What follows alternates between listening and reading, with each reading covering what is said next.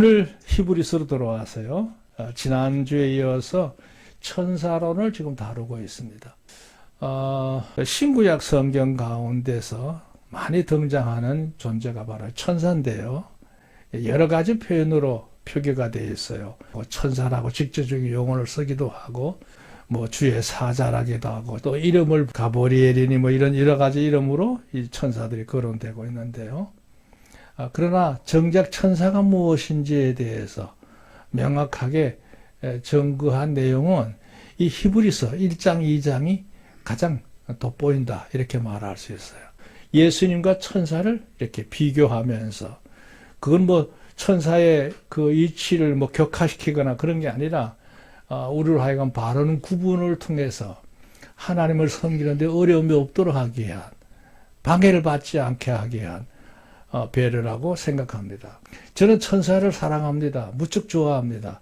왜냐하면 내 신변을 늘 동행하면서 지켜주고 나를 인도해주는 역사를 하시는 하나님께서 쓰시는 귀한 영이시기 때문에 저는 천사를 무척 좋아합니다. 그러나 숭배하지는 않습니다. 숭배라는 거 아시죠? 절하고 예비하는 대상은 아니고 좋아하고 사랑하는 대상이라는 얘기죠. 그런 의미로 오늘 이 시간 이 천사론을 받아주셨으면 좋겠어요. 천사는 이런 존재로구나 하는 걸 알 수가 있죠. 오늘 저녁 그 점에 대해서는 다시 한번 강론을 하도록 하려고 합니다. 지난번에는 예수님의 신분에 대해서, 그분은 언제부터 계셨냐는 그 선제성에 대해서 강론을 했는데요. 오늘은요, 제목이 비슷하지만 좀 달라요. 예수님의 고난과 구속, 이랬어요. 그러니까 고난과 구속에 대한 개념을 설명하려고 합니다. 자, 여기도 봅시다. 주 예수 그리스도의 실존과 그 속성에 대하여 현대 성도들은 비교적 상당 부분 지적인 이해를 가지고 있다 그랬어요. 일반인은 아니고 우리 성도들 같은 경우에 예수님이 누구신가, 거기에 대해서 예수님의 신성이라든지 예수님이 하셨던 구속사라든지 또 예수님과 연관된 하나님의 예언과 성취에 관한 모든 것들, 또 앞으로 이루어질 일들 속에서 예수님의 역할에 대해서 알고 있죠? 모르는 분은 있으면 손 한번 들어보세요. 대부분 압니다. 그렇기 때문에 예수님은 이미 우리가 마음에 모시고 섬기고 살거든요. 지적인 면에서 큰 결함이 없는, 배고픔이 없는 그런 시대라고 생각해요. 옛날에는요, 예수님에 대해서 성도들이 잘 알지 못했어요. 안다고 해도 부분적이었어요. 근데 지금은 워낙 모든 면에서 발달한 시대이기 때문에 이 모든 게 다 열려있기 때문에 이게 이제 어느 사제의 고유한 영역의 지식이 아니고 모든 성도들이 다 가지고 있잖아요. 그러면은 좋아요.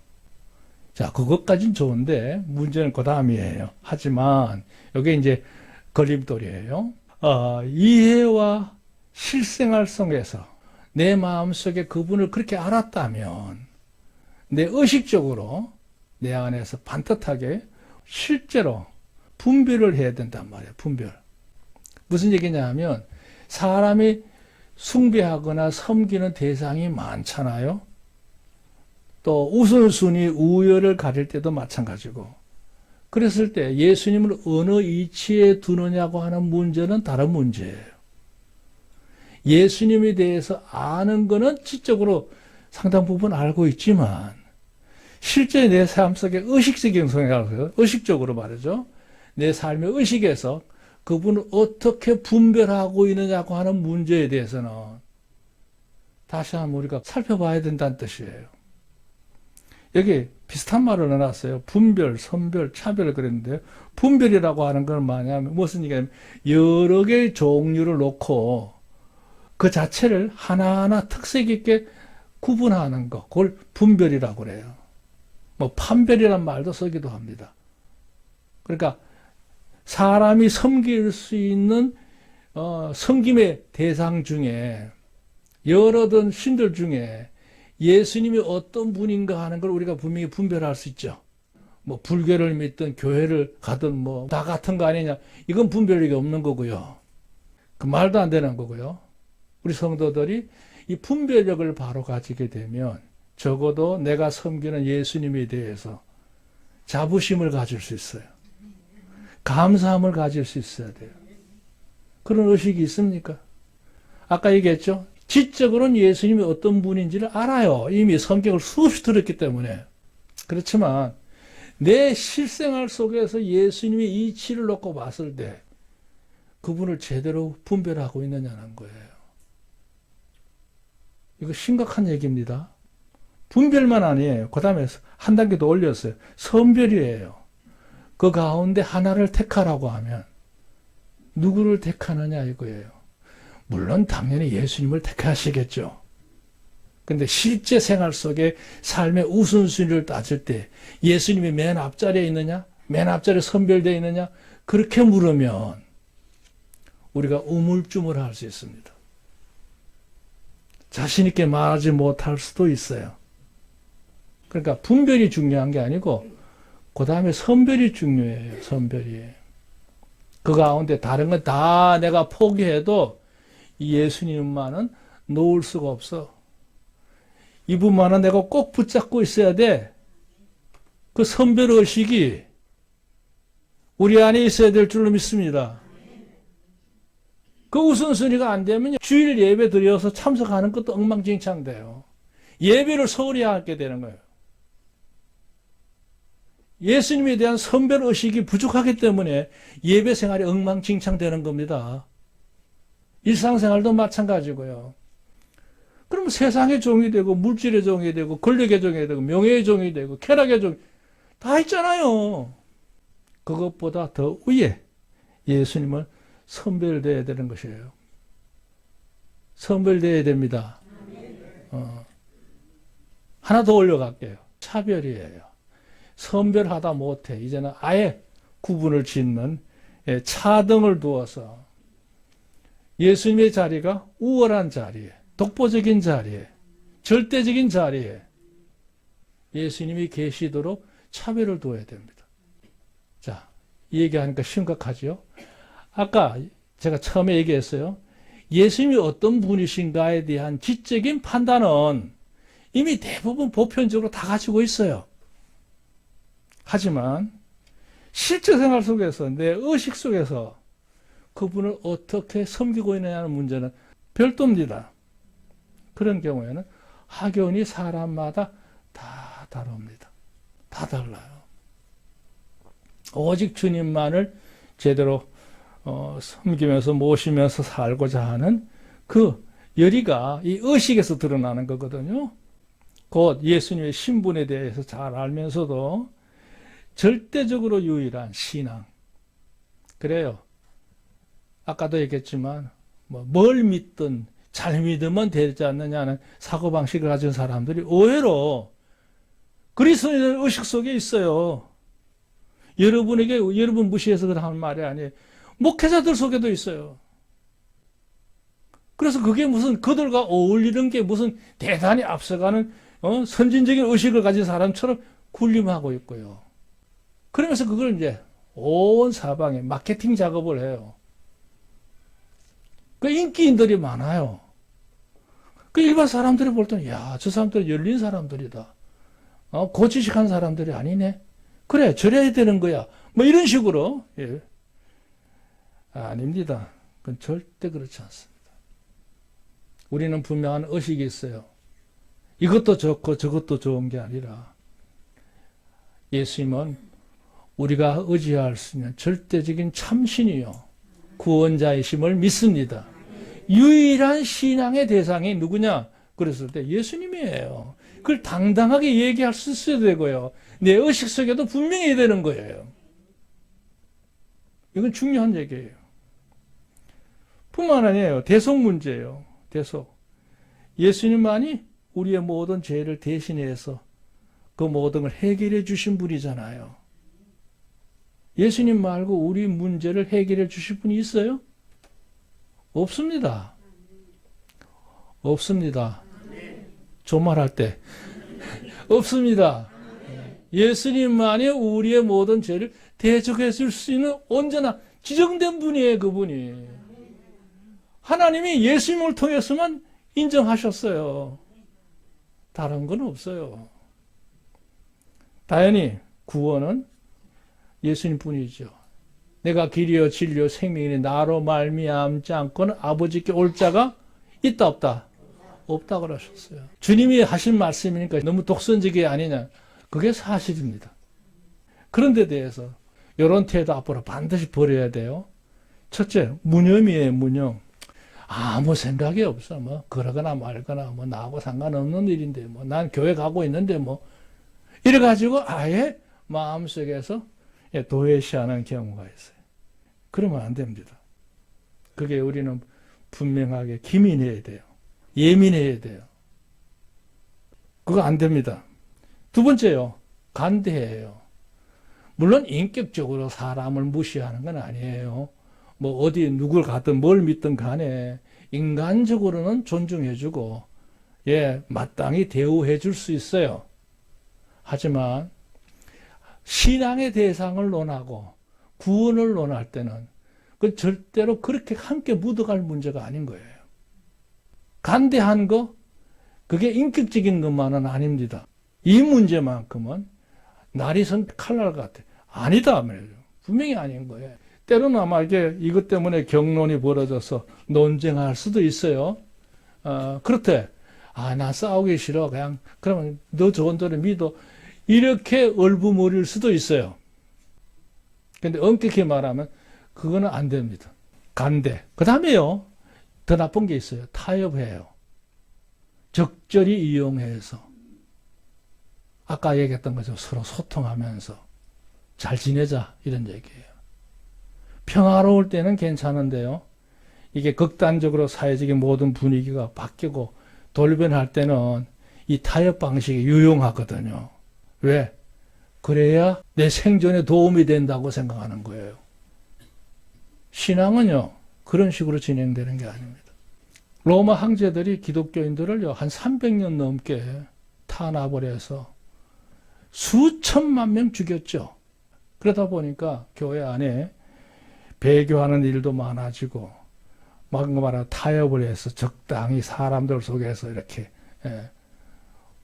생명을 유지하는 자들도 있고, 어떤 이들은 그냥 고지고대로 그냥 신앙의 고백을 하다가 죽음을 당하는 이들이 많았거든요.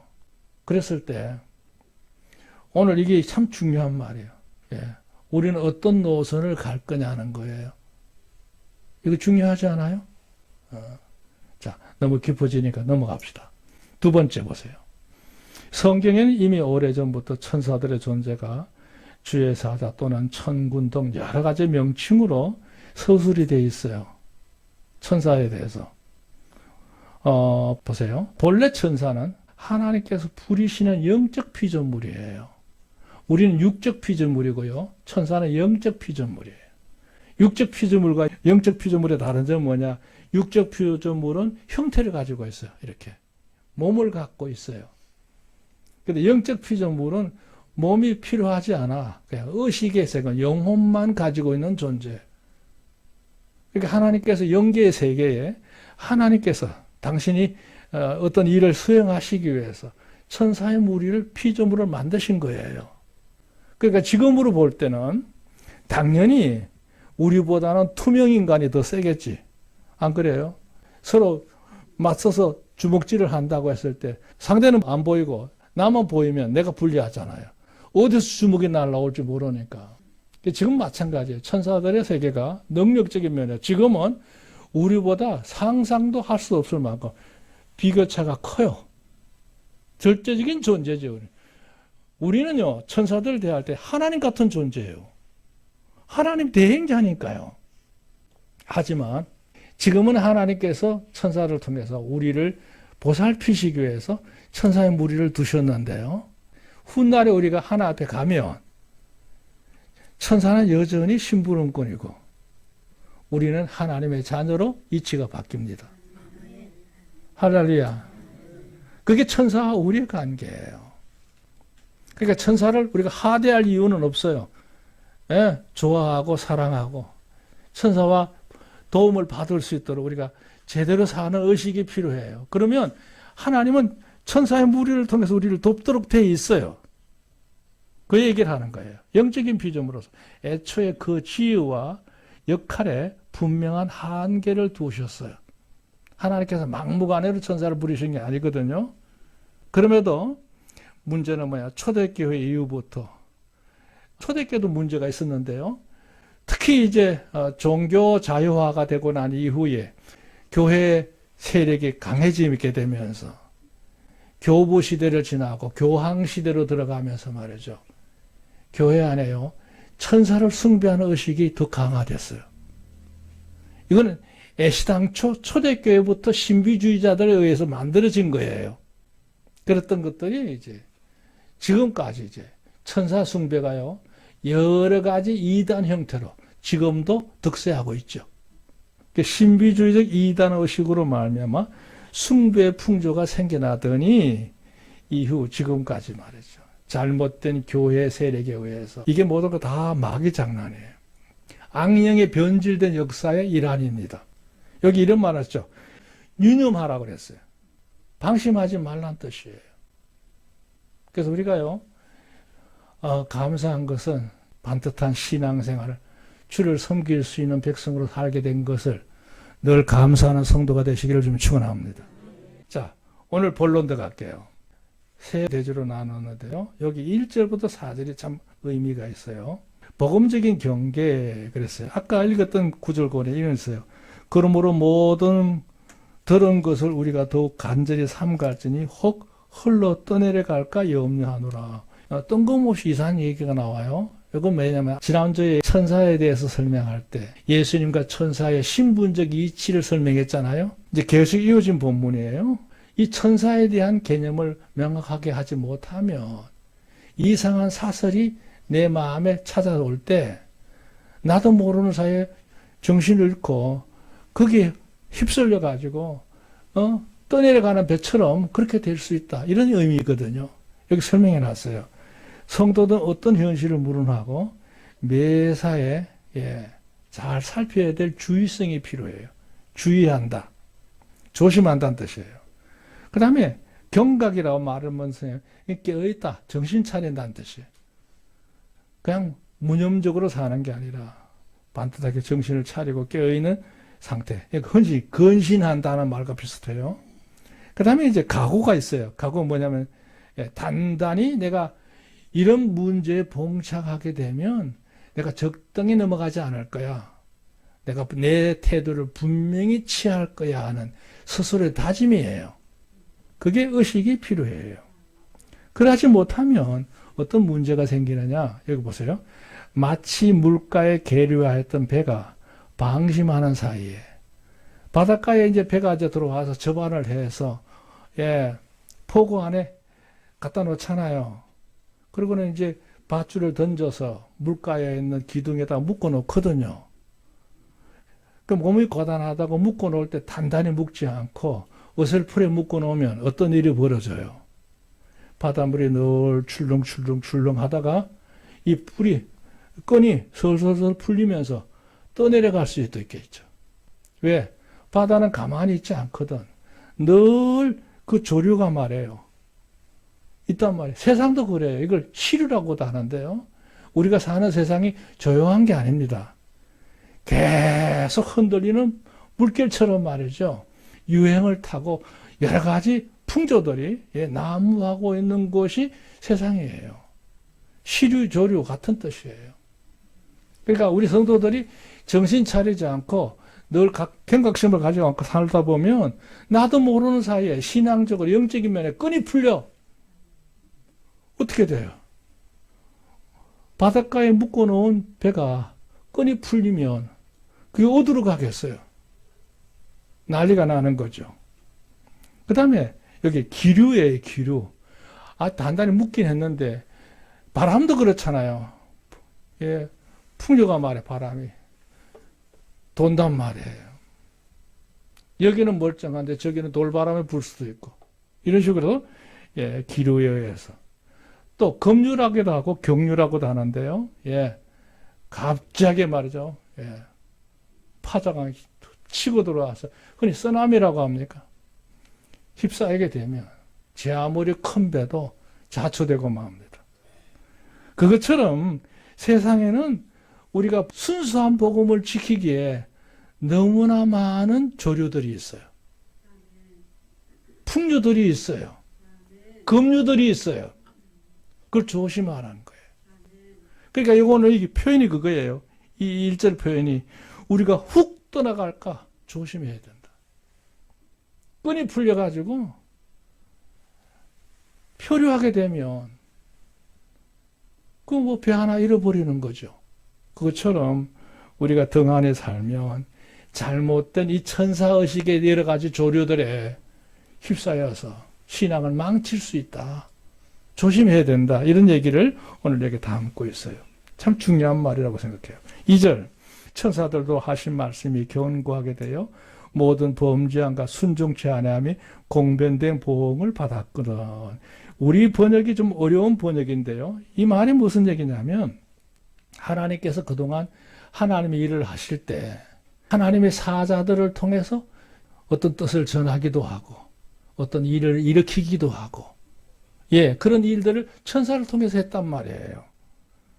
그렇게 해서 천사들로 통해서 전해준 말이 모든 사람이 절대적으로 따라야 될 진리로 인정을 받아서 지금까지 세상이 움직이고 있다는 말이죠. 그 얘기예요. 그러니까 여기 그런 얘기예요. 천사를 통해서 전해준 모든 말을 진리로 사람들이 인정을 하고 거기에 따라 하나님께서 모든 걸 통치하셨단 말이에요. 자, 그 다음 말이 중요한데요. 이같이 큰 구원을 등한히 여기면 어찌 피하리요. 이 구원은 처음 주로 말씀하신 바요. 들은 자들이 우리에게 확장한 바니 그랬는데요. 여기 설명해 놨어요. 봐요. 천사들을 통하여 전하고자 하는 핵심은 뭐냐? 예수님이었다는 거예요. 믿으시면 아멘. 하나님께 천사들을 통해서 많은 진리를 선포하시고 많은 일들을 행하셨잖아요. 그럼 천사들이 대단한 존재다. 그것만 생각하면 안 된다는 거예요. 그럼 뭐냐? 천사들이 그렇게 했던 모든 일의 핵심된 주제는, 중심은 누구였다고요? 예수님을 통한 구원을 우리에게 이루시기 위해서 하나님이 천사를 쓰셨다는 뜻이에요. 그러니까 누구를 섬겨야 되느냐 그랬을 때 당연히 누구예요? 천사예요? 예수님이에요? 예수님이라는 얘기예요. 그 얘기를 하고 있는 거예요, 지금. 이해가 되십니까? 아멘. 그러니까 그 예수님은 온데간데 없고 천사들만 섬겨서 되겠느냐? 이 히브리서에 말하는 요지가 그거예요. 천사가 중요한 게 아니고 천사는 하나님이 쓰시는 부리는 영이고 그 천사들을 통해서 전해진 모든 일들이 있잖아요. 그리고 여기 중요한 점은 뭐예요? 하나님의 뜻을 천사들을 통해서 전하실 때 사람들로 하여금 믿음을 갖게 하기 위해서 많은 이적도 행하시고 갑자기 하늘이 캄캄해지기도 하고 불이 지나가기도 하고 온갖 이상한 일들이 많이 일어났잖아요. 기이한 일들이. 근데 사람들이 생각이 미치 모자라면 어떠세요? 아, 천사의 능력이 대단하구나. 이렇게 생각한다는 얘기예요. 그거는 하나님이 천사를 통해서 어떤 뜻을 전했을 때 그 뜻을 믿게 하게 하기 위해서 신적인 능력을 천사에게 부여해서 그 일을 수행하면서 이걸 전하라고 준 것이 목적이었는데 사람들은 그거는 온데간데 없고 천사들이 이렇게 능력만 보고 천사를 숭배하게 되는 원인이 된다는 거예요. 그러니까 목적은 빠지고 형태만 남는 거지. 그런 신앙이 되어서는 안 된다는 거죠. 그러니까 우리가 천사를 통해서 전해준 그 메시지, 예수님의 그 어떤 분인가에 대해서 제대로 알고 마음에 영접하고 섬기지 않으면 결국은 천사를 통해서 행하시고자 하는 모든 일들이 어그러지게 되면 하나님의 심판을 피할 수 있겠느냐? 없다는 거죠. 그 얘기를 하고 있는 거예요. 4절이 참 중요한데요. 하나님도 표적들과 기사들과 여러 가지 능력과 자기의 뜻을 따라서 성령에 나눠주신 것으로 저희와 함께 증거하셨느니라. 그 얘기예요. 천사를 통해 많은 이적을 보였지만 결국은 우리에게 전하고자 하는 주 목적은 예수님이라는 거죠. 그랬을 때 보세요. 예수님이 위예요? 천사가 위예요? 예수님이죠. 예수님이 주인공이고 천사는 돕는 자 역할을 하는 거다. 그러니까 천사를 숭배하거나 경배하는 태도는 옳지 않다. 천사가 전해주고자 했던 예수님을 바로 섬기는 것이 중요하다. 오죽했으면 이런 얘기가 이제 초대교회에 나왔겠어요. 자, 문제는 이거예요. 그런데 사람들은 그걸 섣불리 인정을 안 해. 그럼 왜 그러냐? 예수님이 세상에 오셔서 사신 모습이 있잖아요. 여기 뒤에 나옵니다만 예수님은 어떻게 사셨느냐? 세 가지를 딱 얘기하고 싶어요. 여기 중간에 나와요. 비천하게 사셨어요. 뭐 뛰어난 게 하나도 없었어요. 집안도 그렇고 경제력도 그렇고 모든 면에서. 예수님 앞에서 인간적으로 자랑할 만한 게 없어요. 오죽해서 주분이 그랬었어요. 나는 옷 한 벌밖에 없다 그러잖아요. 하나 갖고 사시는 거예요. 하나 갖고. 비천한 신분이었어요. 그러다 보니까 동네 사람들도 아무리 예수님이 착하고 어쩌고 해도 무시한 거예요.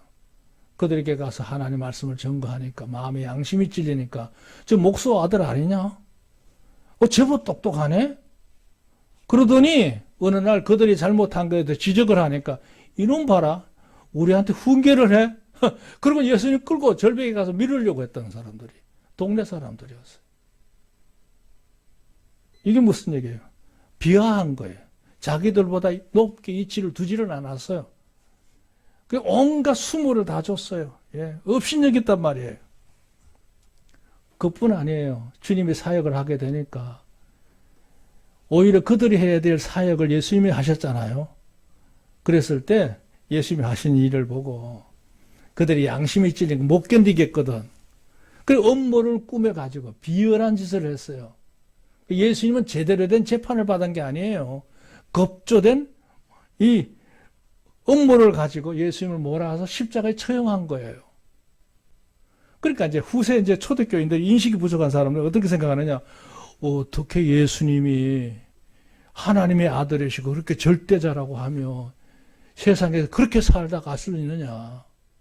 천사를 봐라 말이에요. 천사는 한 번도 그런 일을 당하지 않았느냐? 오히려 심판할 입장 아니냐? 그러니까 예수님이 아니고 천사를 숭배해야 되는 게 마땅하다. 이런 인식이. 요즘 우리가 생각하면 참 이해가 안 가는 얘기지만 그 당시 사람들은 그런 의식을 갖고 있었다는 거죠. 지금도 마찬가지예요. 지금도 이단에 빠진 사람들 모습을 보면 우리 의식은 도저히 이해가 안 가요. 어떻게 그런 말에 속아 넘어가가지고 그 군집을 이루어가지고 아직도 저러고 있을까? 답답하죠. 왜? 그 세계에 그렇게 세뇌가 되어 있는 거예요. 그 깨기가 그렇게 어려운 겁니다. 그리고 우리가요, 뭐 이대한 실력자는 아닐지라도 그래도 반듯하게 진리를 먹고 모든 사방을 바라보면서 분별할 수 있는 능력을 가지고 있는 그리스도인이라는 사실에 대해서 늘 감사하고 하나님께 영광을 돌려야 될 줄로 믿습니다. 잘못된 이단에 빠지면요, 인생 망쳐버려요. 특히 그 미국 같은 데 보세요. 집단적으로 자살을 해요. 이민사원 사건 아시죠? 한참에 거의 1000명이 죽었어요. 거룩한 의식을 해간다고 한 잔씩 먹고 죽은 거예요. 기가 막혀요. 기가 막혀. 그게 왜 그럴까요? 인식이 잘못되면 사람의 모습이 그렇게 나누어질 수 있어요. 그러니까 중요한 점은 여기 2번 대지의 큰 제목이 그죠. 한시적인 고난이야. 주님이 그와 같이 비천한 신분으로 사셨고 업신여김을 당하고 말도 되지 않는 음모를 뒤집어 쓰고 처형을 당하신 그 모든 생애는, 그런 같은 고난은 이 세상에 인간을 구원하게 오셨던 하나의 가정에서 일어난 일이야. 그러니까 이건 언제냐? 인간을 구원하는 기간 동안 일어난 일이야. 한시적인 고난일 뿐이야. 그렇게 해서 주님이 인간의 모든 죄를 다 뒤집어 쓰고요. 네, 십자가에 처형이 되셨고 분명히 죽으셨죠? 그 다음에 부활하셨어요. 부활하셨어요. 그리고 성천하셨거든요. 지금 어디 계셔요? 하나님 나라에 계시는 거예요. 천국에 계신 줄 믿습니다. 말씀하시기를 훗날에 다시 내가 세상에 오리라 그랬어요. 재림하신다는 거예요. 강림하신다는 거예요. 오시면 그때 예수님을 영접한 구원받은 성도들을 데리고 함께 올라가시는 거죠. 그리고 그분의 나라는 영원히 펼쳐지는 거죠. 주님의 그 이치가 어때요? 다시 안전히 자신의 신분의 이치를 지금 어때요? 회복하신 거예요? 상실하신 거예요? 회복하셨죠. 부활하고 성천하셨기 때문에. 그러니까 보세요. 천사가 아무리 능력이 많다고 하더라도 예수님 육신을 갖고 사는 날 동안은 그와 같이 사셨지만 그건 예수님의 능력이 부족해서가 아니라 인간을 구원하게 한 과정에서 주님의 몸소 겪어야 했던 죄인의 처지의 자리에 주님이 내려가실 거예요. 그러다가 주님께서 그 모든 걸 다 해결하시고 주님의 온전한 은혜의 자리로, 신권의 자리로 회복하신 줄로 믿으시기 바랍니다. 한시적인 고난이었다는 거예요. 그래서 9절에 보면 이렇게 말했어요. 9절에 오직 우리가 천사들보다 잠깐 동안 못하게 하심을 입은 자. 그랬어요. 예수님을 두고 하는 얘기죠. 곧 죽음의 고난을 받으시면 하여 영광과 존귀로 간을 씌우신 예수를 보니 이를 행하시면 하나님 은혜로 말미암아 모든 사람을 위하여 죽음을 맛보려 하려 하심이라. 예수님이 분명히 육신의 몸을 갖고 계셨다가 죽으셨어요. 장사 지냈어요. 그러다가 부활하셨잖아요. 그건 뭘 의미하느냐?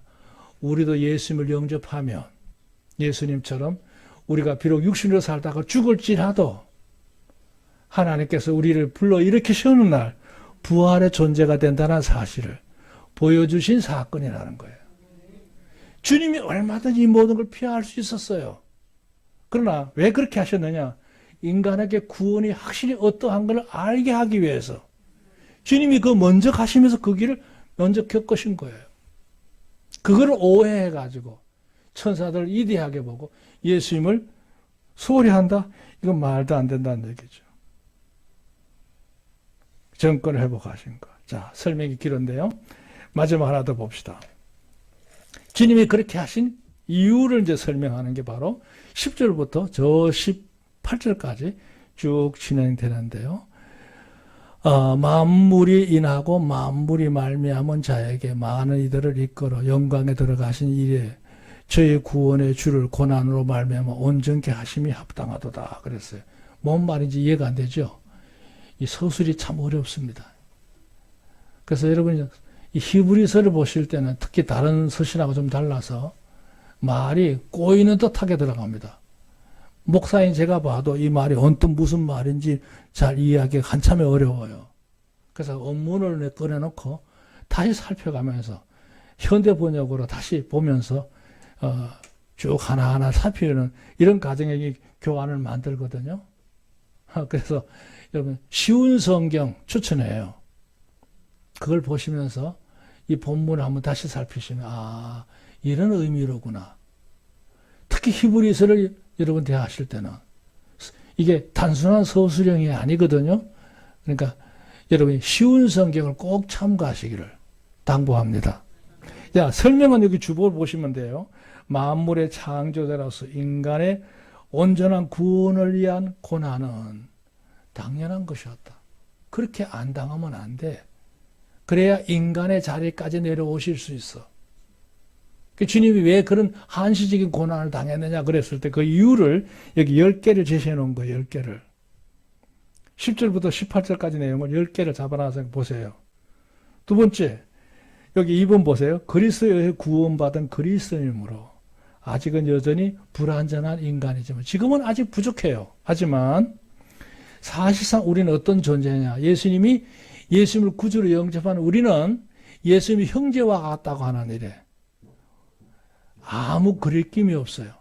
당연히 주님은 우리를 같은 형제로 받아들여. 왜? 예수님을 영접했기 때문에. 그 얘기를 지금 여기 11절에 다루고 있어요. 여기 11절. 거룩하게 하시는 자와 거룩하게 함을 입은 자들이 다 하나에서 난 자다. 이거예요. 통일됐다 이거예요. 예수 안에서. 이해가 됩니까? 거룩하게 하시는 자가 누구예요? 예수님이죠. 거룩함을 입은 자가 누구예요? 우리죠. 예수 안에서 한 자식이 된 거예요.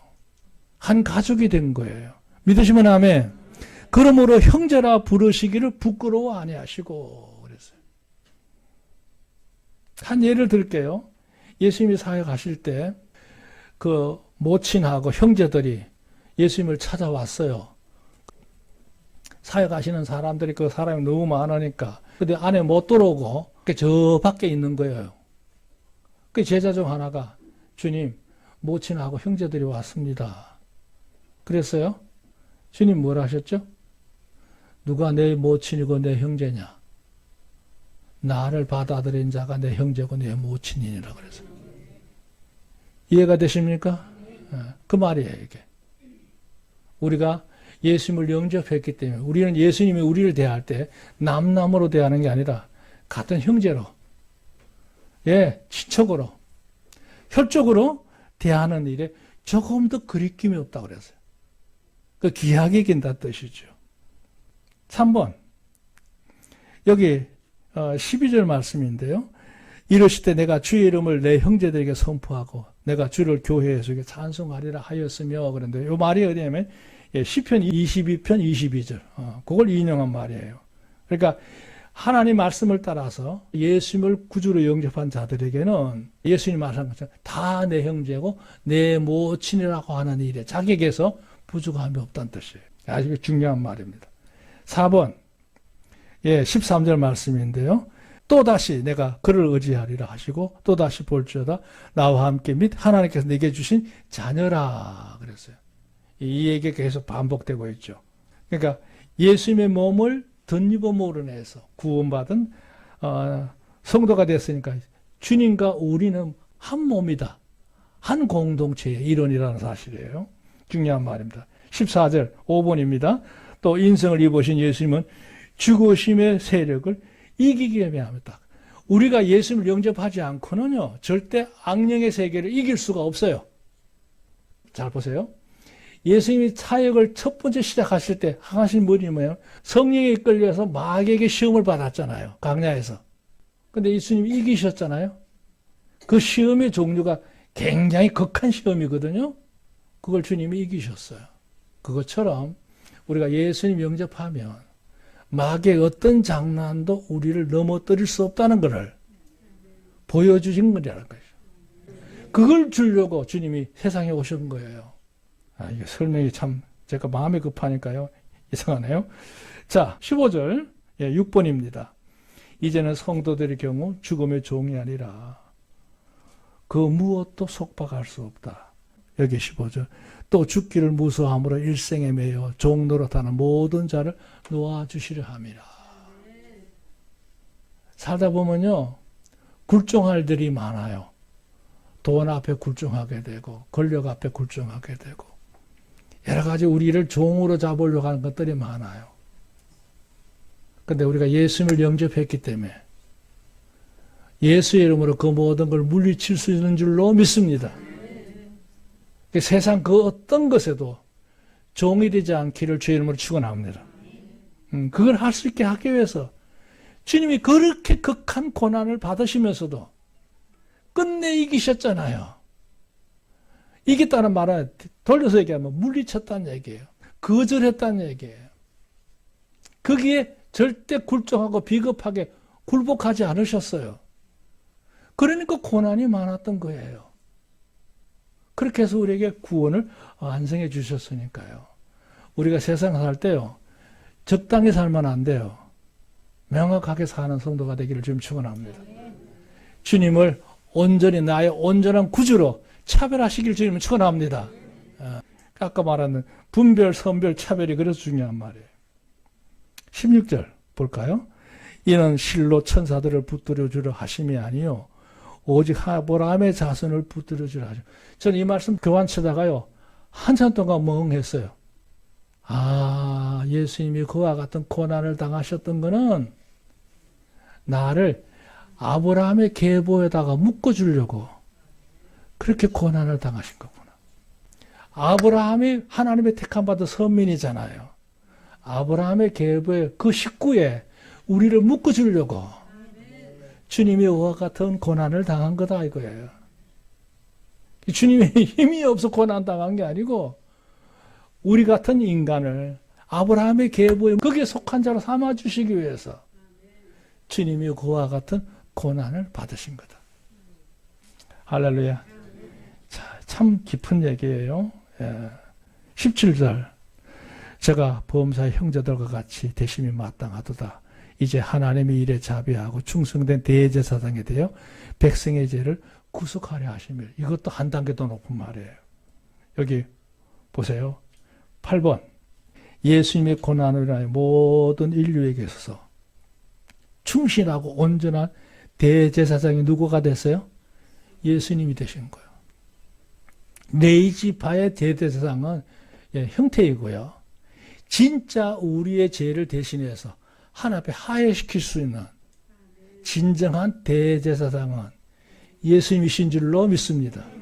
예수님이 그 고난을 받으면서 이걸 만드신 거예요. 이 길을 만들었다는 얘기예요.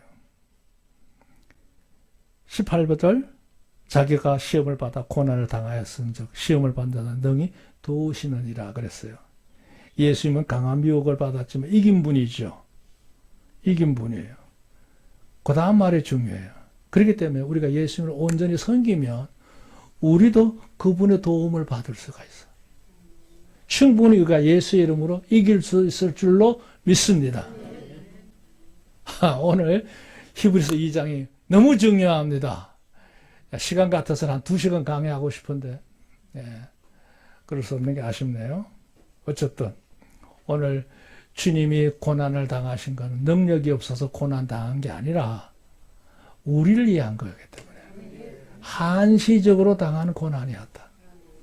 그러니까 천사를 경배하는 게 아니라 천사를 통해 주려고 했던 예수님을 바로 알고 온전히 섬기는 것이 더 합당하다.